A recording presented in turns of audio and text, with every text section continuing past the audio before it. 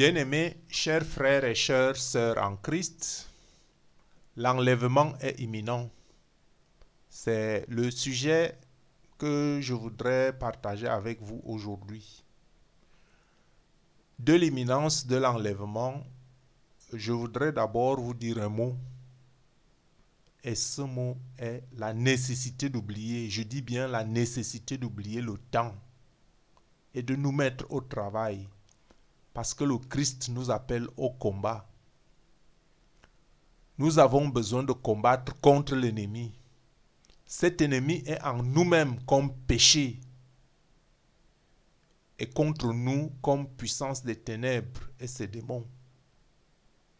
Le temps restant joue donc pour nous un atout primordial pour nous parfaire, pour nous défaire du péché.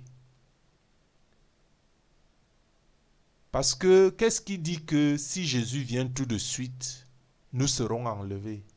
Rien du tout. Avez-vous vraiment cette assurance que si Jésus vient maintenant, il va vous enlever? Oui, peut-être. Bon, mais si tel est donc le cas, il ne faut pas être égoïste. Il faut penser aux autres. C'est aussi ça la charité, l'amour des autres. Il faut penser par ailleurs que nous avons des frères. Il y a des âmes mûres ou des âmes faibles pour la récolte, mais qui ne sont pas encore libérés de l'emprise de l'ennemi. C'est pour ça que il faut travailler, il faut combattre. Parce qu'on ne combat plus que pour soi-même. Si c'est évident, si vous êtes convaincu que vous serez enlevé, il faut combattre maintenant, il faut penser aux autres. Donc de l'imminence, il faut oublier le facteur du temps. Si un adage populaire dit que le travail éloigne de nous l'ennui, le vice et le besoin, cette anecdote peut aussi s'appliquer à notre attente de l'enlèvement, à l'enlèvement très prochain du Seigneur Jésus-Christ. Tous les signes prophétisés sont déjà accomplis et nous n'attendons plus que l'heure. Mais personne ne la connaît sauf le Père. Je pense que vous reconnaissez ici le fameux verset 36 de Matthieu chapitre 24 que l'on va lire. Matthieu chapitre 24 verset 36. Pour ce qui est du jour et de l'heure, personne ne le sait, ni les anges des cieux, ni le Fils, mais le Père seul. Et le verset 37 ajoute que ce qui arriva du temps de Noé arrivera de même à l'avènement du Fils de l'homme. Puisque nous parlons de l'imminence, il faut bien que nous fassions aussi allusion à cet aspect des choses. L'enlèvement est imminent, on veut que l'enlèvement arrive, mais est-ce qu'on est suffisamment préparé? Est-ce qu'on a prêté attention? Parce que ce qui est arrivé au temps de Noé, c'est que pendant 40 ans, Noé a prêché le déluge. Mais certains se sont en moqués, certains se sont dit, depuis que je suis enfant, on parle du déluge, et voici que je vieillis, on parle du déluge, il ne s'est rien passé, jusqu'au jour que le déluge est venu, et tous ont été tués. Donc quand on dit imminence, c'est les affaires de Dieu, c'est les affaires du Christ. Ce n'est pas la même horloge. Et même si, quand le Christ dit déjà, je viens, c'est une éminence, il faut toujours essayer de varier. Si vous êtes prêts vous-même, combattez pour les autres, afin que les autres soient libérés. Parce que vous n'êtes pas sans savoir l'ennui et les pertes de patience, ce qui peut en découler lorsque, par exemple, un événement tarde à venir. L'ennui et les pertes de patience. Qu'est-ce qui peut... Ça peut être un grand problème. Parce que vous vous attendez, l'enlèvement est imminent, et puis il y a une semaine, il y a un mois, il y a un an même qui arrive, ou plus. L'enlèvement n'a pas toujours lieu. Oh, vous êtes déjà impatient, vous avez déjà peut-être programmé. Non, Il faut vraiment vivre, oublier le temps, vivre sa vie normale, mais prendre conscience qu'il y a un combat que je dois combattre. C'est un combat. Nous allons peut-être aller tout à l'heure dans les détails. Hein?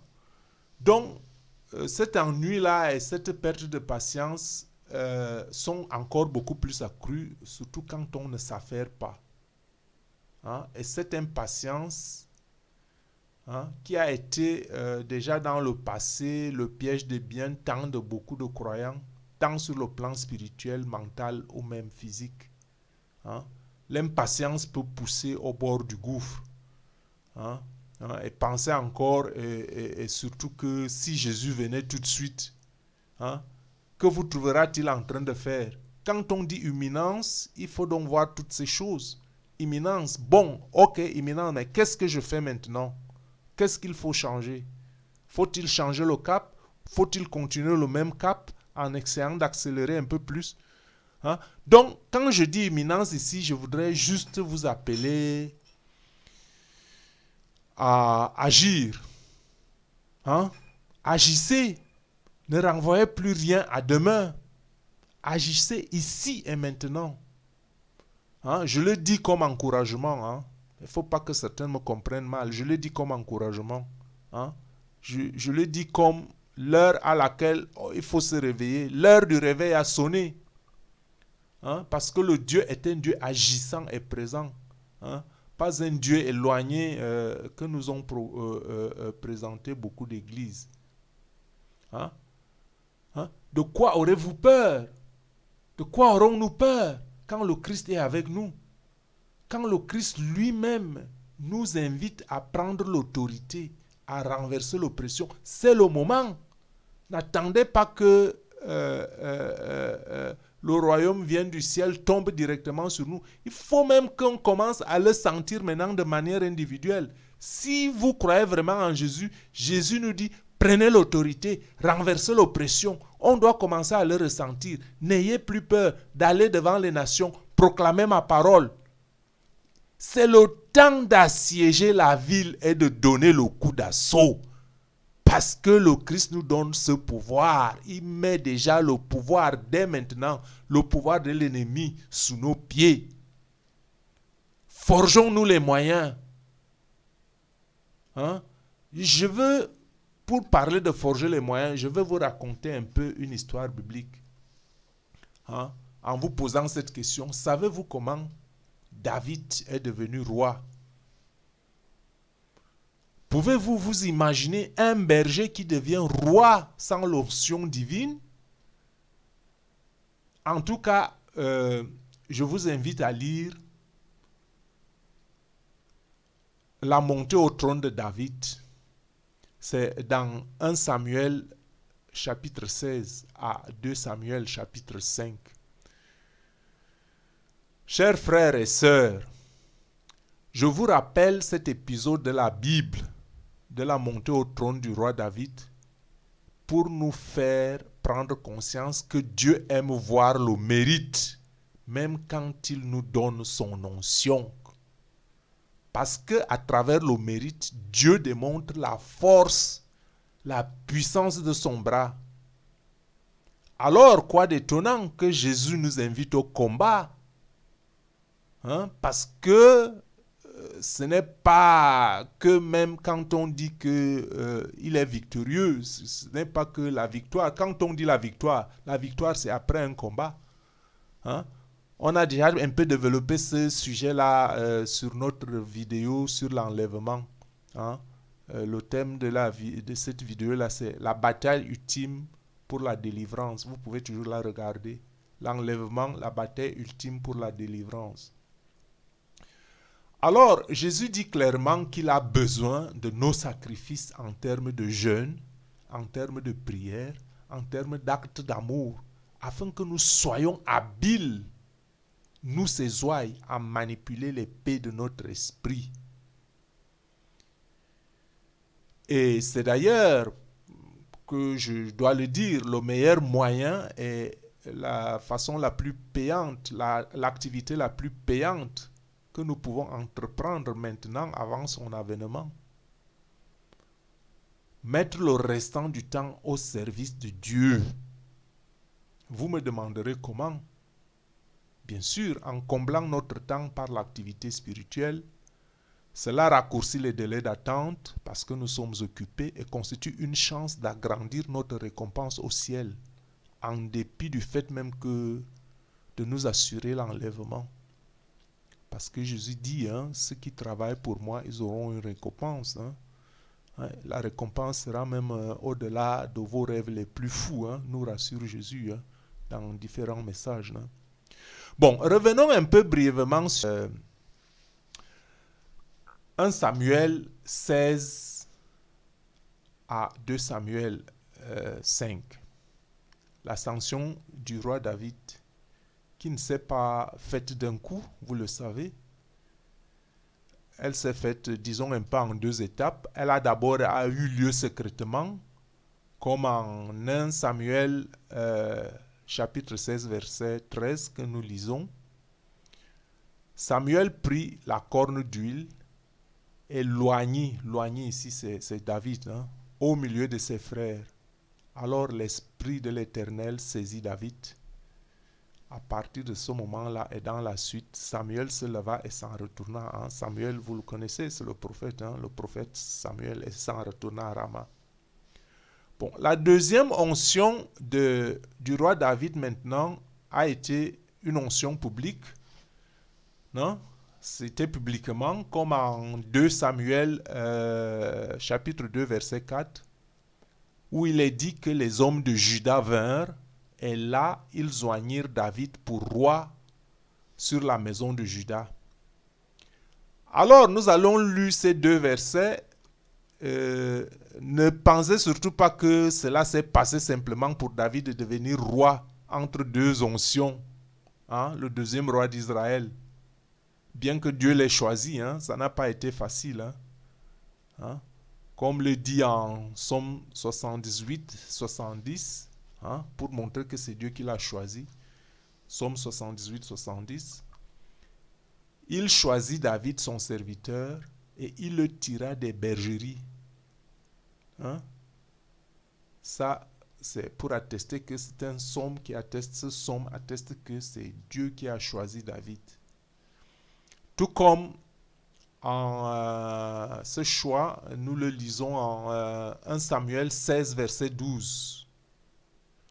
Mais lisons d'abord le texte biblique à partir de 1 Samuel 16, 1.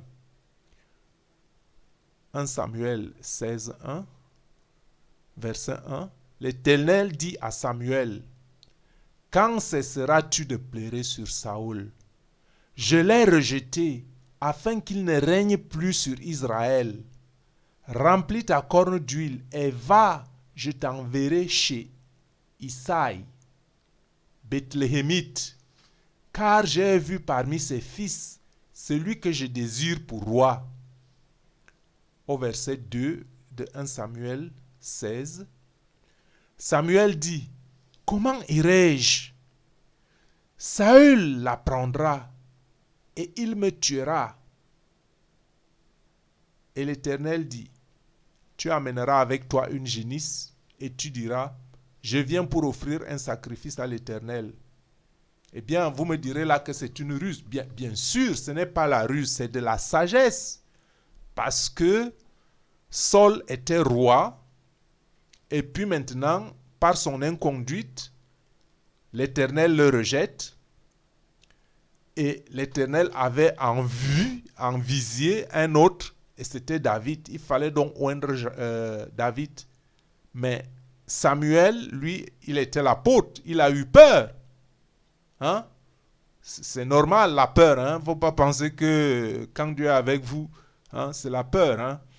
Bon, alors, l'Éternel lui dit donc la procédure, comment tu vas faire? Tu prends une génisse et tu dis, je viens pour offrir un sacrifice à l'Éternel. Et au verset 3, l'Éternel lui dit, tu inviteras Isaïe, Isaïe c'est le père de David, tu inviteras Isaïe au sacrifice, et je te ferai connaître ce que tu dois faire, et tu oindras pour moi celui que je te dirai.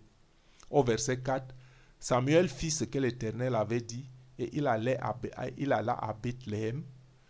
Les anciens de la ville accoururent effrayés au-devant de lui et dirent: ton arrivée annonce-t-elle quelque chose d'heureux? Samuel répondit: oui, je viens pour offrir un sacrifice à l'Éternel. Sanctifiez-vous et venez avec moi au sacrifice. Il fit aussi sanctifier Isaïe et ses fils, et il les invita au sacrifice. Verset 6. Lorsqu'ils entrèrent, il se dit en voyant Eliab: certainement, loin de l'Éternel est ici devant lui. Et l'Éternel dit à Samuel: ne prends point garde à son apparence et à la hauteur de sa taille, car je l'ai rejeté. L'Éternel ne considère pas ce que l'homme considère. L'homme regarde à ce qui frappe les yeux, mais l'Éternel regarde au cœur. Donc vous les guerriers, c'est votre cœur. Quand Jésus revient, c'est votre cœur qui regarde. C'est votre cœur qui lui dira: ça c'est l'un des miens. Il vous reconnaîtra. Jugez-vous vous-même. Bon, on continue de lire parce qu'on est toujours à lire le texte, le paragraphe qui nous intéresse ici, c'est le verset 8. Isaïe appela Abinadab et le fit passer devant Samuel. Et Samuel dit: l'Éternel n'a pas non plus choisi celui-ci.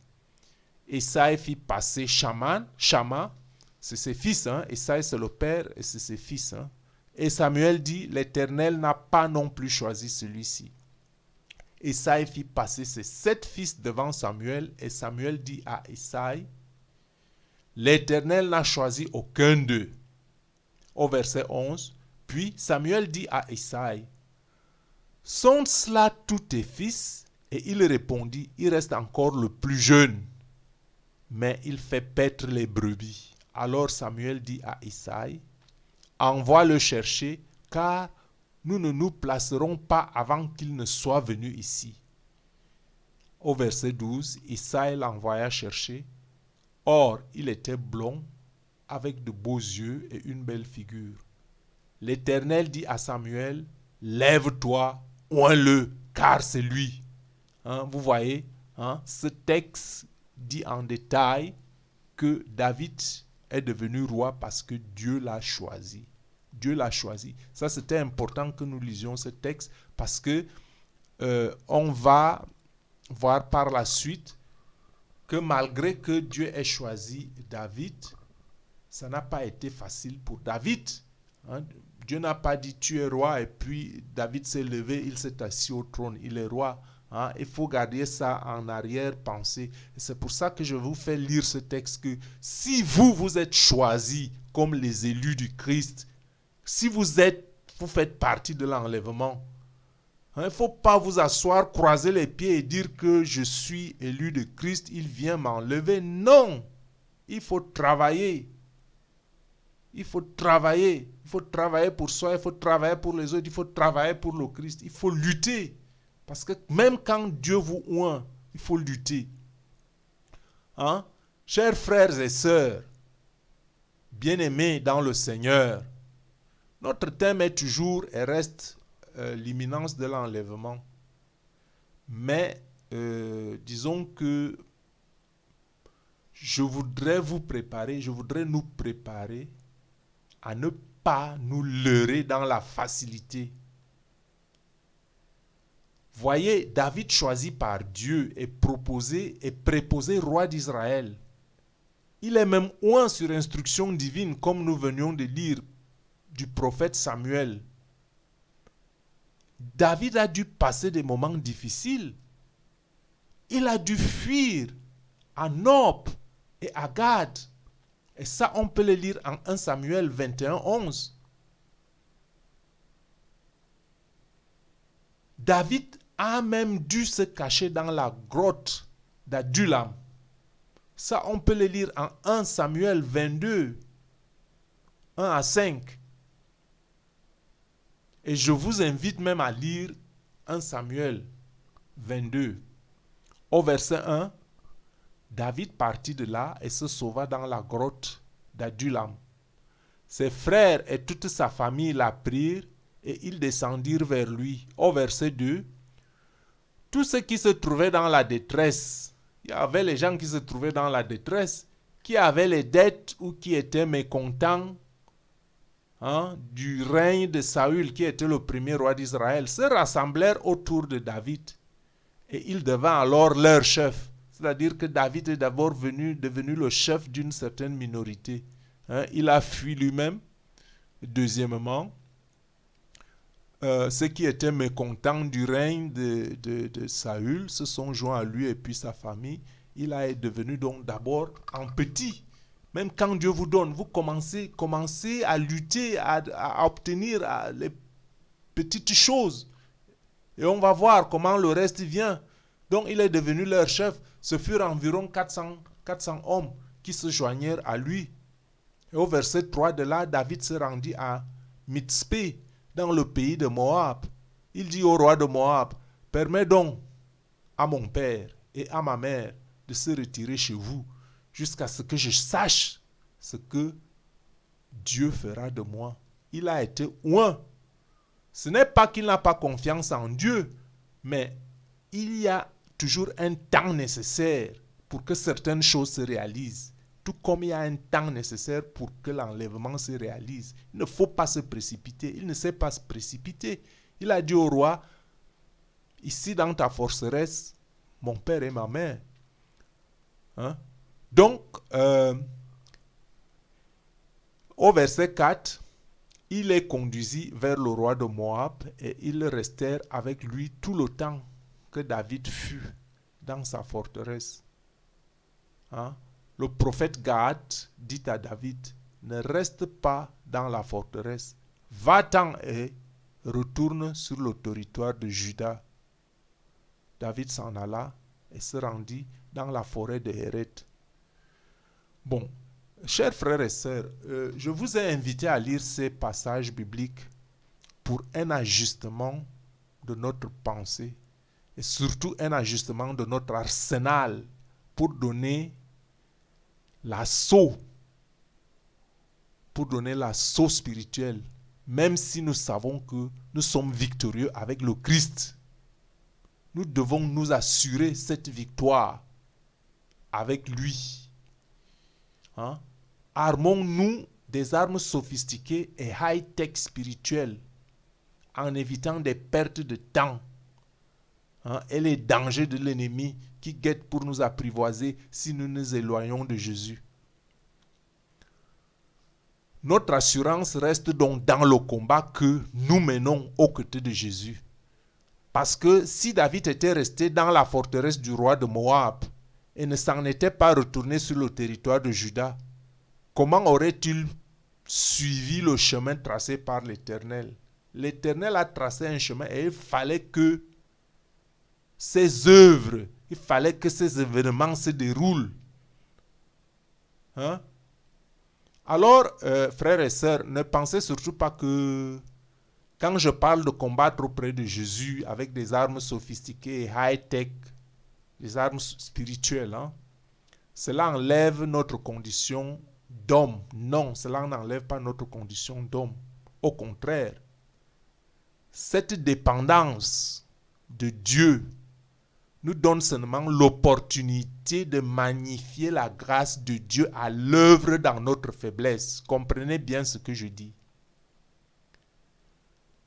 Notre dépendance nous donne l'opportunité de magnifier la grâce de Dieu à l'œuvre dans notre faiblesse humaine. Parce que David était un être humain comme vous et moi, fait de chair et de sang. Et c'est pour cela que, après sa première onction par Samuel, comme nous l'avons vu en 1 Samuel 16, verset 13, David a été appelé par la grâce de Dieu comme porteur d'armes du roi Saül. Après l'onction, David a été appelé par la grâce de Dieu comme porteur d'armes du roi Saül, le premier roi d'Israël, que Dieu avait même déjà rejeté. Comme vous savez que Saül était David était le successeur, ou bien que Saül était le prédécesseur, le premier roi d'Israël. hein, comme en 1 Samuel 16, verset 14 à 23. Et d'ailleurs, les Actes des Apôtres, au chapitre 13, verset 22, confirment, hein, ce qui est dit en 1 Samuel 16, 14 à 23, que Dieu avait rejeté Saül pour son inconduite devant le Seigneur. Hein, et nous pouvons même lire Actes 13, 22. Puis, l'ayant rejeté, il leur suscita pour roi David, auquel il a rendu ce témoignage. J'ai trouvé David, fils d'Isaïe, homme selon mon cœur, qui accomplira toutes mes volontés. Donc, quand vous êtes enlevé, c'est parce que vous accomplissez la volonté de Dieu et que vous continuerez à l'accomplir jusqu'à l'éternité. Hein? Faut pas faire l'orgueil. L'orgueil de notre ennemi aujourd'hui, c'est parce qu'il refuse de faire la volonté de Dieu. Hein? Et c'est ce fil-là qui nous éloigne de Jésus. Hein? Donc le combat dont nous parlons, le péché et tout ça, c'est l'orgueil et toutes ces choses-là. Il faut les bannir parce que c'est les choses qui nous éloignent de Jésus. Quand on bannit ces choses, c'est déjà le combat. C'est un combat que nous menons. Hein? Faut pas toujours attendre un combat extraterrestre. C'est les petites choses de la vie, le péché et tout ce qui en suit. Donc, la volonté